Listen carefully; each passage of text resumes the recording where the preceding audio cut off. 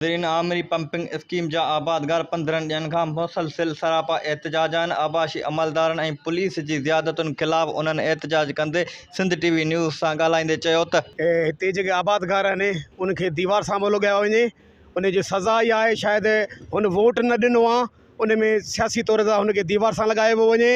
Irrigation department ऐं police department धुर बणिजी ऐं हिते जे बासर धुर सां गॾिजी ऐं ग़रीब हारियुनि जा ऐं पंहिंजा आबादगारनि जा फ़सुल सुकाइनि पिया। उन करे ही 15 ॾींहनि खां मजबूर आहिनि सरापा एहतजाज लाइ। इरीगेशन वारनि खे बि ऐं अक्सर करे असां गुज़ारिश कयूं था वज़ीर सिंध खे, तुंहिंजो तक आहे, हिते खून नरेज़ी न करा।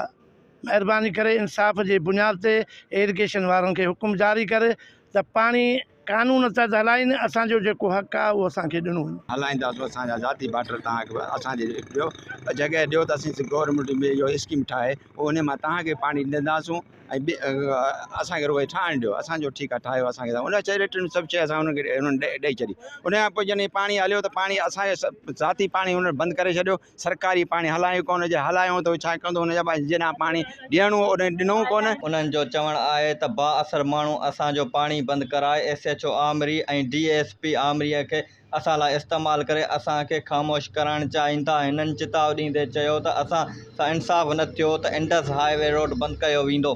कैमरामैन ज़ीशान उमराणी सां गॾु अमजद उमराणी, सिंध टीवी न्यूज़ सन।